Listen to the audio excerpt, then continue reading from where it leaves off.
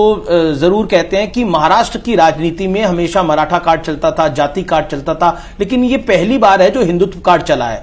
और इसलिए कहा जा रहा है कि महाराष्ट्र की राजनीति के चाणक्य पहले शरद राव पवार होते थे, अब देवेंद्र फडणवीस है। पहली बात तो मैं बिल्कुल कोई चाणक्य वाणक्य नहीं हूं। मैं मेरी पार्टी का एक बहुत साधारण कार्यकर्ता हूं। जनता की, नेताओं की, ईश्वर की कृपा रही है। खुद को तो आपने अभिमन्यु बताया था। नहीं, अभिमन्यु तो हूं वो कोई, पर मैंने ये कहा आधुनिक अभिमन्यु जो चक्रव्यूह तोड़ के आता है, तो ऐसी कोई बात नहीं है। लेकिन मैं ये कहना चाहता हूं कि देखिए, हम लोगों ने एक विचारों की लड़ाई लड़ी है जी, और उस विचारों की लड़ाई में सबसे महत्वपूर्ण महाराष्ट्र में अगर कोई चीज हुई होगी, देखिए हमने लाडली बहना का कार्यक्रम हाथ में लिया, किसानों के लिए कार्यक्रम हाथ में लिया, ये सारी चीजों से प्रो इनकम्बेंसी तैयार हुई, पॉजिटिविटी तैयार हुई। लेकिन प्रधानमंत्री जी ने जो नारा दिया, एक है तो सेफ है, समाज की सारी विघटनकारी विचारों को समाप्त करते हुए पूरा समाज एक आया। जाति की व्यवस्था को भुलाकर सबने एक लक्ष्य को सामने रखते हुए वोट किया। जिस प्रकार से लोकसभा के चुनाव में एक बहुत ही जहरीला पोलराइजेशन कांग्रेस और उसके साथियों ने किया था, और उस पोलराइजेशन के चलते उसके बाद जिस प्रकार की घटनाएं महाराष्ट्र में घटी, वो सारा देखने के बाद समाज के सभी तबकों के ध्यान में आया कि हम लोगों को साथ में आना पड़ेगा। एक है तो सेफ है का नारा, ये नारा महाराष्ट्र का मूल मंत्र बना, जिसके कारण 5% वोटिंग बढ़ा है और जो हमारे पाले में आया है। तो मुझे लगता है कि ये नारा एक डिफाइनिंग मूवमेंट था हमारे जीत का। एक ये नारा डिफाइनिंग मूवमेंट था जीत का। और आपको लगता है जैसा वोट जिहाद का बार बार आप नाम लेते थे, आप अपने कार्यक्रमों, अपनी रैलियों में कहते थे, वोट जिहाद इस बार नहीं चला, दूसरी तरफ से पोलराइजेशन हुआ है, हिंदू पोलराइजेशन हुआ है। देखिए, मैं ऐसा कहता हूं, ये हिंदू पोलराइजेशन नहीं है, काउंटर पोलराइजेशन है। हमने पोलराइज नहीं किया। आपने कहा था चुनाव प्रचार में कि वोट जिहाद के खिलाफ धर्म युद्ध होना चाहिए। यस, ये काउंटर पोलराइजेशन है। अगर कोई वोट जिहाद की बात नहीं करता तो हम धर्म युद्ध की बात नहीं करते। ये काउंटर पोलराइजेशन है। जिस प्रकार से उलेमाओं की 17 मांगों के ऊपर अपने घुटने कांग्रेस, शरद पवार जी की पार्टी और उद्धव ठाकरे जी की पार्टी ने टेके, और किस प्रकार की मांगे, ऐसी मांग हो सकती है कि 2012 से 2024 तक महाराष्ट्र में जितने दंगे हुए, उन दंगों में जितने मुस्लिम आरोपी हैं उनके सबके आरोप वापस ले लो, और ये घुटने टेक कर कहते हैं हाँ हमको तो मंजूर है, हम तो ये कर लेंगे, और ऐसी 17 मांगे। तो इसके चलते लोगों में भावना बनी, और उसके बाद फिर सज्जाद नुमानी खुलेआम कहते कि वोटों का जिहाद करिए, एमवीओ को समर्थन दीजिए। जिहाद शब्द उन्होंने यूज किया, इसलिए मैंने कहा अगर आप जिहाद करोगे तो वोटों का धर्म युद्ध होगा, और वो हुआ, और लोग आए और लोगों ने जवाब दे दिया। एक कंट्रोवर्सी जिस पर मैं आपका ध्यान आकर्षित करना चाहता हूं, हालांकि आपने उसके बारे में कई बार बोला होगा, वो है ईवीएम। ये जो 130 सीटें आई हैं, इसको लेकर जब नतीजे आ रहे थे और मैं उस समय कार्यक्रम कर रहा था, तभी संजय राउत का बयान आ गया कि ये कैसे चुनाव हो रहा है, कैसे नतीजे आ रहे हैं, ऐसा हो नहीं सकता। मतलब एक तरह से एक रोना गाना, मतलब वो स्टार्ट हो गया था। ये ईवीएम कितनी बड़ी रिस्पॉन्सिबल है बीजेपी की जीत में? देखिए, ये जब जीतते हैं तो ईवीएम पे बोलते नहीं है, हारते हैं तो ईवीएम का रोना शुरू कर देते हैं। इस देश के सुप्रीम कोर्ट ने एक बहुत ही डिटेल्ड जजमेंट ईवीएम पर दिया हुआ है, सारे पहलुओं का उसके ऊपर विचार किया। इसीलिए वापस अभी जब केस इन्होंने की तो कोर्ट ने कहा कि आप हारने के बाद रोना छोड़ दो। मूल रूप से मैं सवाल पूछना चाहता हूं, एक ही दिन चुनाव होता है, झारखंड में विपक्ष जीतता है, जेएमएम और कांग्रेस जीतती है, और या हम जीतते हैं।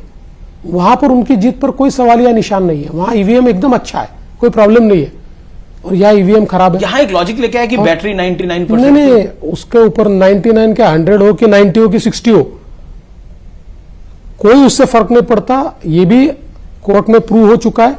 लेकिन राहुल गांधी जो एक यात्रा निकालना चाह रहे हैं ईवीएम को लेकर भारत जोड़ो यात्रा की तर्ज पर उनको लगता है कि ये यात्रा निकलनी चाहिए, और एक लॉजिक भी देती है कांग्रेस पार्टी और विपक्ष लॉजिक देता है, बड़ा चुनाव जीत जाते हैं, छोटा चुनाव हमें जितवा देते हैं।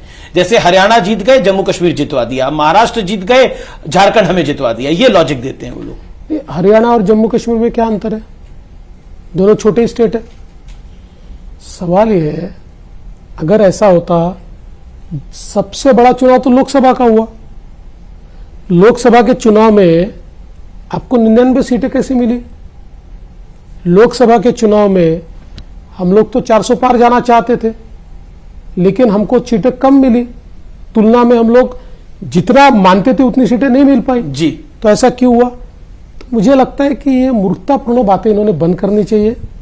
और मुझे सबसे ज्यादा इस बात का दुख है कि भारत जोड़ो नाम का जो एक दुकान इन्होंने खोला है, ये केवल अराजकता तैयार करने वाला दुकान है।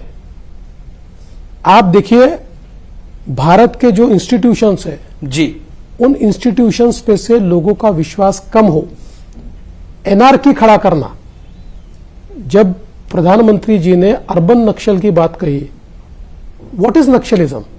नक्सलिज्म का अर्थ यह होता है भारत के संविधान पर और भारत के संविधान ने तैयार की हुई संस्थाओं पर अविश्वास दिखाना, ये संस्थाएं गलत है बताना, इज नक्सलिज्म। अर्बन नक्सल क्या करते हैं? भारत की संस्थाओं को बदनाम करके इन संस्थाओं पे लोगों का विश्वास न बैठे, ये प्रयास करते। क्या कर रहे हैं राहुल गांधी? अलग यही कर रहे हैं ना। इलेक्शन कमीशन गलत, सुप्रीम कोर्ट गलत, हाई कोर्ट गलत, संसद गलत, सीएजी गलत। डॉक्टर बाबा साहेब अंबेडकर जी ने जो संविधान तैयार किया, उस संविधान ने ट्रांसपेरेंटली जिन संस्थाओं को सरकार से अलग खड़ा किया, उन संस्थाओं को कलंकित करने का काम अगर राहुल गांधी करते हैं, हाथ में आप संविधान ले रहे हो और संविधान की सारी संस्थाओं को बदनाम करके इस देश में एनआरकी लाना चाहते हो। राहुल गांधी का विश्वास भारत के संविधान पर नहीं है और इसीलिए लाल संविधान लेकर घूमते हैं। क्योंकि ये जो लाल किताब है ना, किसकी है पता है ना आपको? नक्सलियों की किताब होती है। ये लाल संविधान नहीं है, उसके अंदर कोरे पन्ने हैं। अगर उनके संविधान में सही पन्ने होते तो राहुल गांधी कभी भी इस देश की संस्थाओं को बदनाम नहीं करते। बांग्लादेश में हिंदुओं को बहुत बुरी तरह से टारगेट किया जा रहा है। इस्कॉन के एक स्वामी को जेल के अंदर डाल दिया गया, जो वकील उनका केस लड़ने के लिए गया, वो भी, उसको भी जिसे कहते हैं बहुत ही बुरी स्थिति में है। वो इस समय जीवन और मरण की लड़ाई लड़ रहा है। बांग्लादेश की स्थिति पर आप फडणवीस जी क्या कहना चाहते हैं? केंद्र में आप लोगों की सरकार है। देखिए, इस मामले में भारत सरकार ने जहां आवाज उठानी चाहिए वहां आवाज उठाई है और जनता ने भी एक प्रकार से इसका इको तैयार किया है।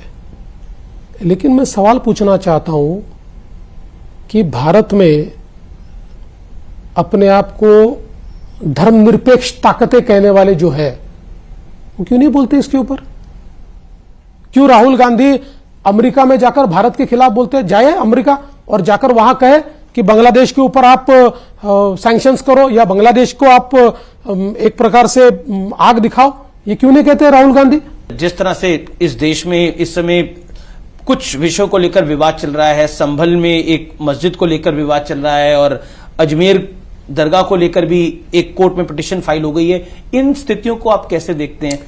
कि महत्व की बात यह है कि आप अगर दुनिया का इतिहास देखें, दुनिया का, तो दुनिया के इतिहास में जब जब वहां की मूल परंपरा पर आक्रांताओं ने आक्रमण करके वहां के जो मूल स्थल थे, जो आस्था के केंद्र थे, जो उनकी अस्मिता के केंद्र थे, इनको तोड़ा या उनका स्वरूप बदला, तो जब आक्रांता चले गए और वो स्वतंत्र हुए, तब तक उन्होंने अपने मूल स्वरूप को वहां पर प्राप्त किया है, उसको लोगों के लिए उन्होंने प्राप्त करके दिया है। तो भारत में भी चाहे वो राम जन्मभूमि का प्रश्न हो या अन्य प्रश्न हो, ये सारे प्रश्न इसी प्रकार के हैं कि जो हमारी मूल आस्था है उसको जानबूझकर ठेस पहुंचाने के लिए तोड़ा गया है, उसके ऊपर अलग अलग प्रकार के धार्मिक स्थल तैयार किए गए हैं। मुझे ऐसा लगता है कि अगर लोगों के मन में है कि इसका मूल स्वरूप आना चाहिए तो ये गलत नहीं है, लेकिन मैं ये कहना चाहता हूं कि इसके लिए हमारे देश में कोर्ट है, कानून है, कानूनन लड़ाई लड़कर ये सारी चीजें होनी चाहिए। और मैं ऐसा मानता हूं कि हिंदुत्व में दूसरों की भावनाओं को ठेस पहुंचाकर हमने कभी भी अपना प्रचार और प्रसार नहीं किया है। आपने बोला कि एक है तो सेफ है नारा बहुत चला, योगी आदित्यनाथ ने भी एक नारा दिया था, बटोगे तो कटोगे, उसका भी कुछ इंपैक्ट रहा आपको लगता है?